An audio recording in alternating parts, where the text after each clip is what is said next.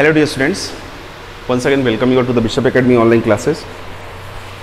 Today we understand about the business for class 11th, and in this video we understand about the chapter number 7, that's name is a source of business fund, and it is our second part of this chapter.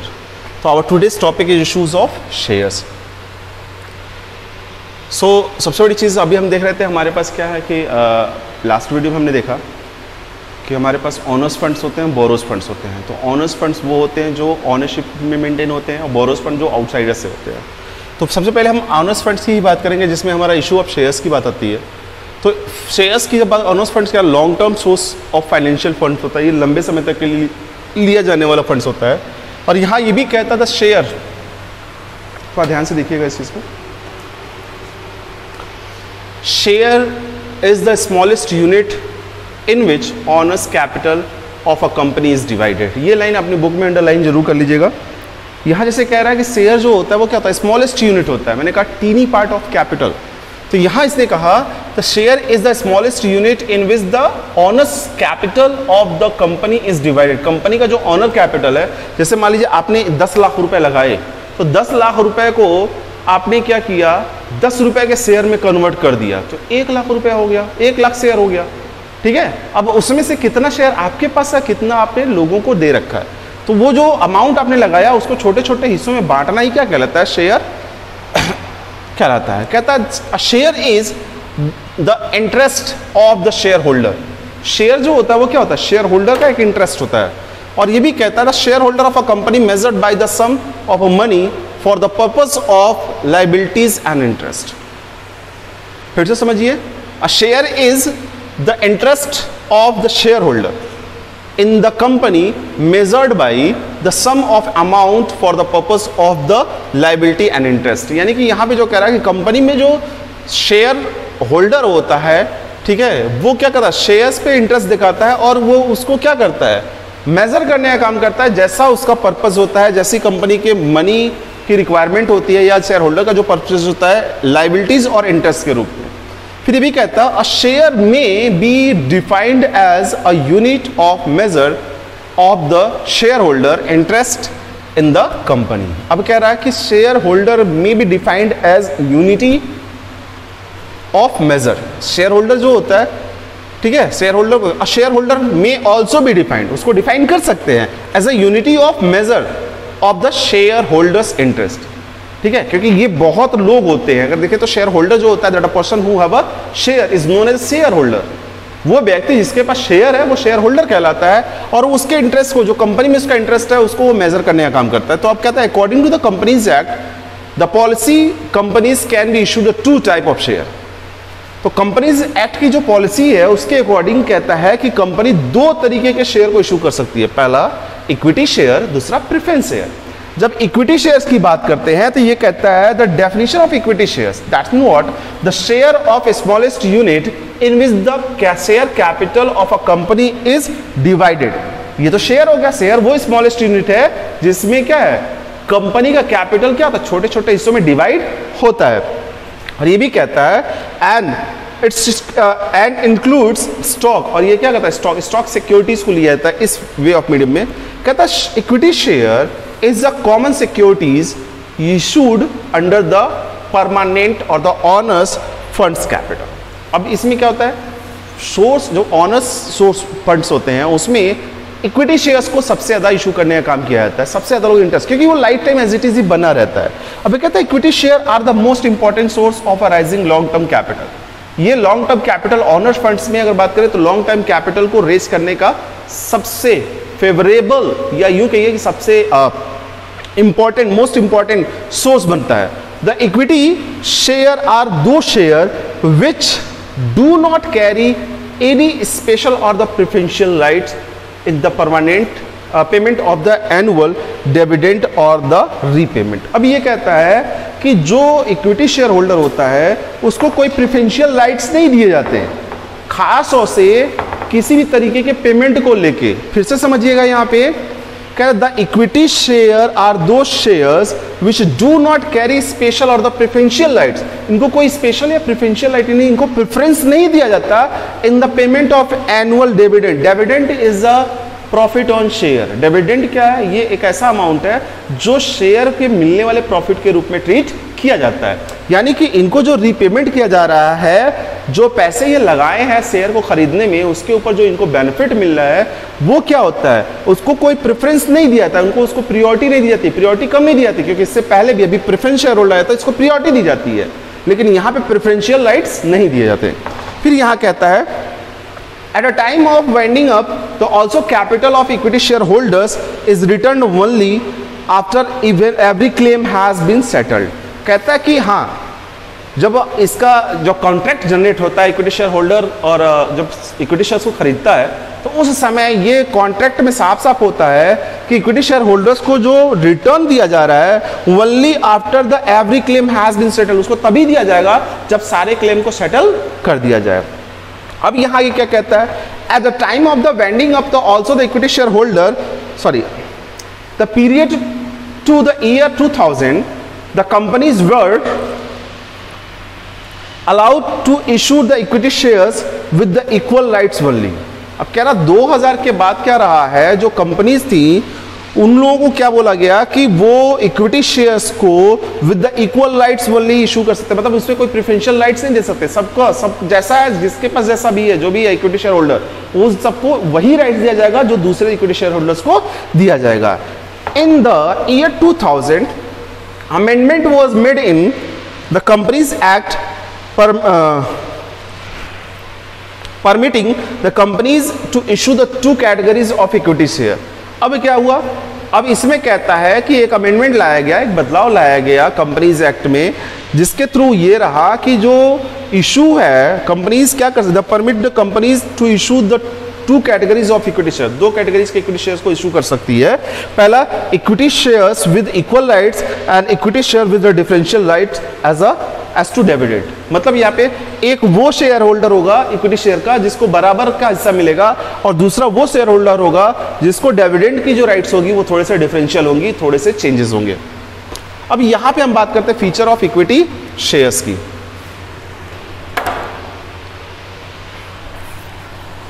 जब equity shares के features की अगर बात करें तो पहला आता है प्राइमरी रिस्क बियर। भाई ऑनर्स फंड है तो प्राइमरी रिस्क बियरर होगा, ये मालिक के तौर पे ट्रीट होता है। जैसे यहां कह रहा है तो equity share holders are the primary risk bearer of the company.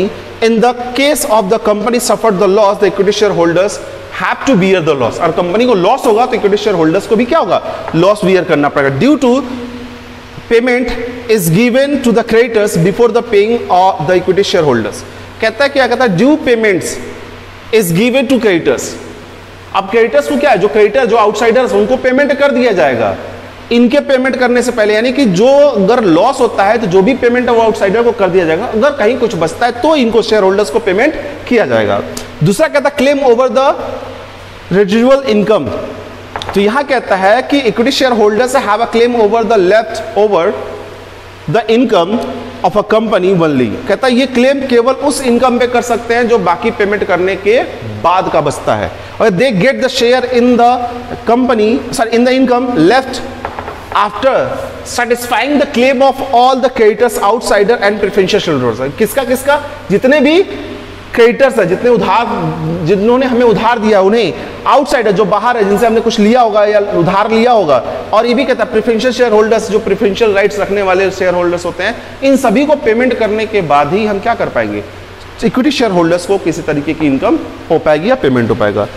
Basis for loans की अगर बात करें तो कहता है equity share capital is the basis on which the loans can be raised. ये वो बेसिस होते हैं जिस पे लोन को इशू किया जाता है, यानी जिसका इक्विटी शेयर होल्डर जितना ज्यादा होगा, जिसका जितना शेयर बिकता होगा उसका गुडविल उतना ही अच्छा होगा और उसको लोन भी अच्छे से मिल सकता है। कहता है amount of equity share capital aids the credibility of the company. कहता है कि कितना अमाउंट का है, मतलब कितने ज्यादा आपके इक्विटी शेयर होल्डर्स हैं कंपनी के, वो क्या करता है उसकी क्रेडिबिलिटी को, वो कितना अच्छा कंपनी है उसके बारे में बताने का काम करता है। The amount of equity shares increase capital increases with the confidence on the creditors. अब ये क्या होता है, कहता है the amount of equity share का अमाउंट जो होता है, ठीक है, share capital increases, equity share capital क्या होता है, इंक्रीज हो जाता है।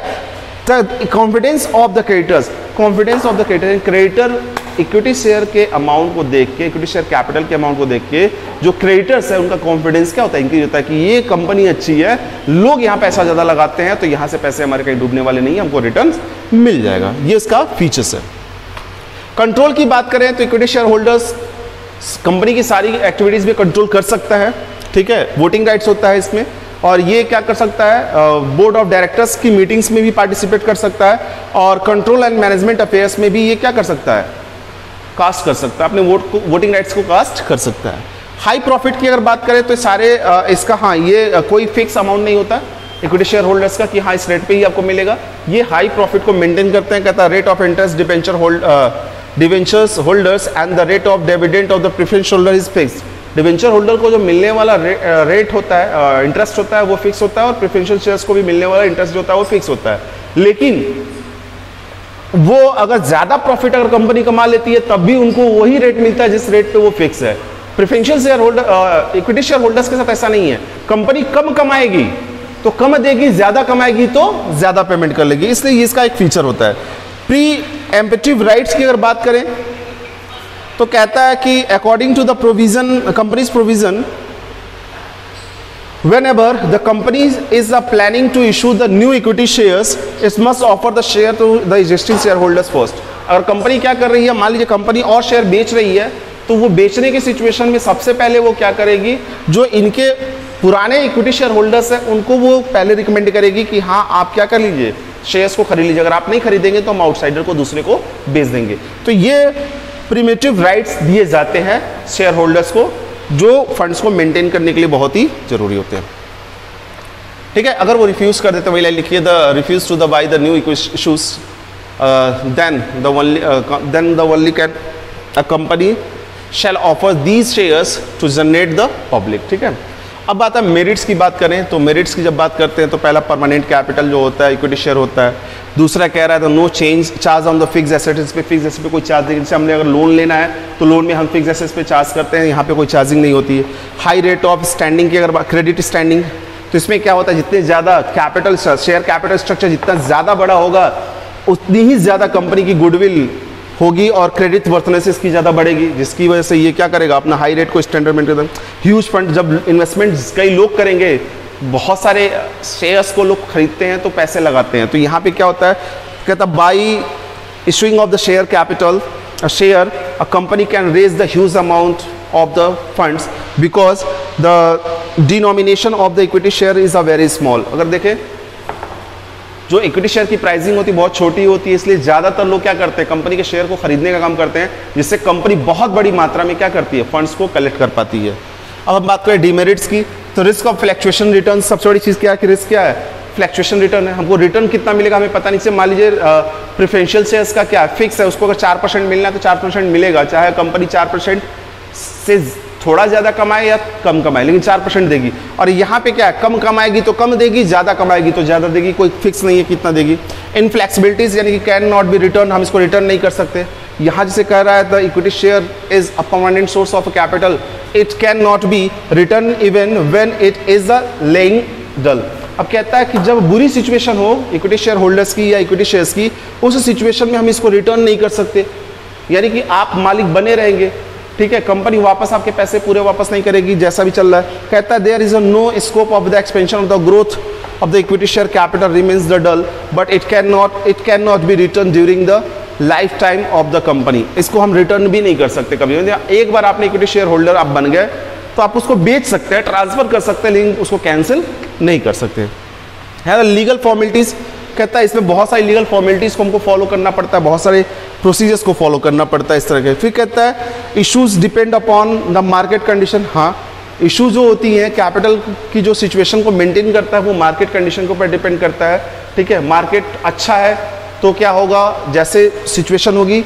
यहाँ कहता है issue of the equity shares capital depend upon the market condition, equity shares are risky securities so these are demanded during the boom period only। अगर देखें तो बूम पीरियड मतलब जब अच्छा मार्केट होता है, मार्केट बहुत बढ़िया काम कर रहा है, पैसे कमाए जा रहे होते हैं, तो इसकी डिमांड बढ़ जाती है इक्विटी शेयर्स की। और जब पैसे नहीं आ रहे होते तो डिमांड कम होती है, लोग शेयर में इन्वेस्ट नहीं करते।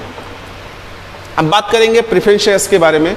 तो प्रेफरेंस शेयर्स दो तरीके से है, एक होता है preference the payment of the dividend and second the repayment of the investment amount during the winding up. तो प्रेफरेंस शेयर्स को भी दो कैटेगरी में कहता preference share are also preference share are those share which get the preference over the security equity shares in respect to. अब यहां पे कहता है कि इक्विटी शेयर्स से पहले प्रेफरेंस शेयर्स को प्रेफरेंशियल राइट्स दिए जाते हैं और किसके लिए दिए जाते हैं? पेमेंट ऑफ डिविडेंड, यानी अगर कोई फायदा हो रहा है तो सबसे पहले इक्विटी शेयर होल्डर्स को पेमेंट किया जाएगा, फिर सबसे पहले प्रेफरेंस शेयर होल्डर्स को पेमेंट किया जाएगा, फिर इक्विटी शेयर होल्डर्स को। Repayment of the investment amount during the winding up, तो रीपेमेंट की भी सिचुएशन जो आएगी उसमें सबसे पहले प्रेफरेंस शेयर होल्डर्स को पेड किया था, फिर इक्विटी शेयर्स को। फीचर्स की बात करें तो फिक्स रेट ऑफ डिविडेंड, यानी कि इक्विटी शेयर होल्डर पे, इक्विटी शेयर्स पे मिलने वाला जो अमाउंट होता है वो फिक्स होता है, एक फिक्स रेट पे हमको मिलता है। दूसरा कहता है नो सिक्योरिटी, सेम सिचुएशन इसके साथ भी होती है, प्रेफरेंस शेयर्स के साथ भी, जैसा इक्विटी शेयर के साथ होती है। थोड़ा गौर करिएगा, फिक्स रेट ऑफ डिविडेंड की जब बात करते हैं तो प्रेफरेंशियल शेयर होल्डर्स जो होते हैं, प्रेफरेंस शेयर होल्डर होते हैं, उनको जो मिलने वाला बेनिफिट होता है, यानी profit on share is known as dividend, ये याद रखिएगा, तो उस पर वो फिक्स रेट से मिलता है, ठीक है, before paying the dividend to the equity share, equity share holders को पेमेंट करने से पहले। वहीं नो सिक्योरिटीज की अगर बात करें तो इसके लिए भी किसी सिक्योरिटीज की जरूरत नहीं होती। वोटिंग राइट्स की बात करें तो इनको किसी तरह की वोटिंग राइट्स नहीं दी जाती, जिस तरीके से इक्विटी शेयर होल्डर्स को वोटिंग राइट्स देती है। इक्विटी शेयर होल्डर्स मैनेजमेंट में पार्टिसिपेट कर सकता है, वो कंट्रोलिंग को मेंटेन कर सकता है, ये ऐसा नहीं कर सकते। हाँ, इन दैट सिचुएशन की अगर मान लीजिए इनको एक 2 साल में अगर डिविडेंड नहीं मिल रहा है तो उस कंडीशन में ये क्या कर सकते हैं, एक बार चेकआउट जरूर कर सकते हैं, लेकिन डिसीजन मेकिंग में ये रोल प्ले नहीं करते। फिर कहता है हाइब्रिड सिक्योरिटीज, हाइब्रिड सिक्योरिटीज इसलिए कहा जाता है क्योंकि डिवेंचर और इक्विटी शेयर का मिक्सअप होता है। जैसे डिवेंचर में फिक्स रेट ऑफ इंटरेस्ट होता है और वो ऑन बोरोज फंड को रिप्रेजेंट करता है, और इक्विटी शेयर क्या होता है, इसमें ऑनर्स फंड होता है, ठीक है। तो इन दोनों का ये मिक्सअप होता है preference share. That's mean what, यहां थोड़ा सा देख लेते हैं। Preference share are called the hybrid securities as these share have the features of equity shares as well as the features of debenture। इसके पास क्या इक्विटी शेयर और डिवेंचर दोनों का फीचर्स अवेलेबल है। फिर कहता है like equity share preference shares get the dividend only when the company is earning profit. कहता है इक्विटी शेयर्स की तरह जब कंपनी को फायदा होता है तो वो डिविडेंड मिलता है। और कहता है like a debenture preference share get a fix rate of interest. अब डिवेंचर की तरह इसको क्या होता है, फिक्स रेट पे इंटरेस्ट मिलता है। अब थोड़ा सा मेरिट की बात कर ले, help to collect the large amount of funds, ये भी हमको ह्यूज अमाउंट को कलेक्ट करने में हमारी हेल्प करता है। नो फिक्स लाइबिलिटीज, इसकी भी कोई फिक्स लाइबिलिटीज नहीं होती है। यहाँ कहता है dividend to the preference share is only when the company is earning profit. Dividend तब देना होता है जब कंपनी क्या होता है, प्रॉफिट को अर्न करती है। कहता है during the loss period there is no fixed liabilities to pay the dividend as a case of the loans और द बोरोइंग। जिस तरीके से लोन या बोरोइंग के केसेस में हम क्या करते हैं, इंटरेस्ट पे करते हैं, डिविडेंड पे करते हैं, तो उस सिचुएशन में उसको उसकी तरह हमें इसमें कोई यानी प्रेफरेंस शेयर में कोई डिविडेंड पे करने की जरूरत नहीं पड़ेगी। नो इंटरफेरेंस, ये क्या करता है, कोई इंटरफेरेंस नहीं करता, इसको कोई वोटिंग राइट्स ही नहीं दी जाती, ये इसकी मेरिट्स है। फिर कहता है नो चार्ज ऑन एसेट्स, और इसके लिए भी कोई सिक्योरिटीज हमें पे करने की जरूरत नहीं पड़ती, यानी कोई एसेट्स के ऊपर इसका कोई चार्जिंग जनरेट नहीं होता। यानी कि ऐसा नहीं है कि अगर हम लोन नहीं दे रहे हैं, इसका मतलब डिविडेंड नहीं दे रहे तो ये हमारे एसेट्स को ले आके बेच देगा, क्या कभी हम अपना डिविडेंड की रिकवरी कर लेंगे, ऐसा कुछ नहीं। वैराइटीज की बात करें तो company can issue the different type of the preferential share according to the needs of the investors and the interest of the company. Company का जैसा इंटरेस्ट होता है, इन्वेस्टर का जैसा नीड होता है, उसी के हिसाब से ये वैरायटी ऑफ द शेयर्स को रिप्रेजेंट करती है। वो कितने होते हैं, लगभग 6 तरीके के होते हैं, ये बताऊंगा मैं भी। ट्रेडिंग ऑन इक्विटीज की अगर बात करें तो कहता है rate of the dividend on the preference share is fixed.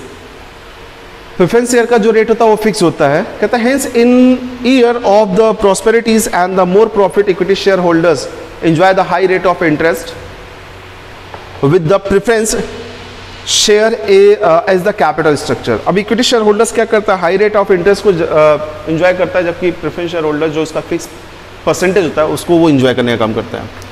फिर डिसएडवांटेज की बात करें, fluctuating and low rate of return. पहली चीज तो ये कि फायदा होगा तो मिलेगा, और दूसरी चीज अगर देखें तो जो प्रेफरेंस शेयर होता है उसका इंटरेस्ट रेट जो होता है वो हमेशा लो होता है, ज्यादा नहीं होता है। फिर dividend is not treated as a expenses. Dividend जो होता है उसको एक एक्सपेंसेस के रूप में ट्रीट नहीं किया जाता है। यहाँ जो कह रहा है dividend is paid to preference share holders by the company is not treated as expenses. ये एक्सपेंसेस के रूप में नहीं ट्रीट करती, it is not deducted from the income of the company before the calculating the income tax। कहती है कि इसको इनकम के तौर पे डिडक्ट नहीं किया जाता है, किसको करने से, मतलब जब इनकम टैक्स को कैलकुलेट करते हैं उससे पहले इसको निकालते नहीं है।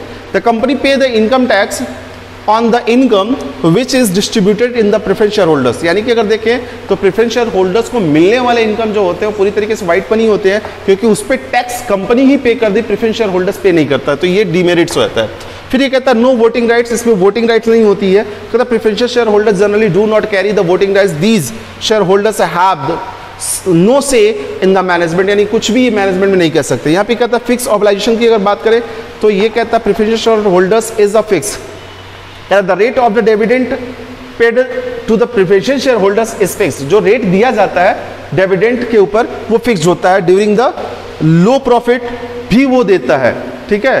तो यानी कि अगर कंपनी को प्रॉफिट नहीं होता, बहुत कम प्रॉफिट हो, तब भी उसको उसी रेट पे क्या करना पड़ेगा, प्रेफरेंस शेयर होल्डर्स को पेमेंट करना पड़ेगा।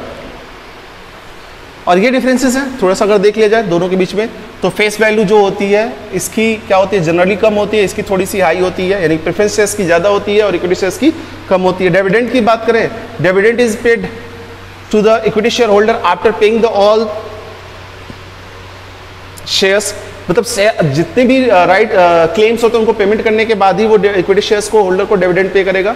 और ये जो प्रेफरेंस शेयर होता है before the equity share holders को पेमेंट करने से पहले ही इसका पेमेंट किया जाता है। Voting rights, equity share holders को वोटिंग राइट्स होती है, डिविडेंड तो प्रेफरेंस शेयर होल्डर्स को वोटिंग राइट्स नहीं होती है। अट्रैक्शन की बात करें तो ये एडवेंचरियस अट्रैक्शन होता है क्योंकि ये मार्केट रिस्क पे होता है, और ये अगर देखें तो preference share attract the continuous and the conservative investor, यानी कि वो लोग जो सेफ कंडीशन में मूव करते हैं उन लोगों के लिए ये ज़्यादातर होता है। रिस्क की बात करें, ये प्राइमरी रिस्क होल्डर होता है और ये रिस्क इन्वॉल्व तो करता है कहते हैं, लेकिन अगर देखें तो इक्विटी शेयर होल्डर्स के कंपेयर में कम होता है। So these are the some differences between the equity share holders and the preference share holders. So dear students, in this video that's all. If you have any type of doubt और query, you should be consult through the Google Classroom. Thank you.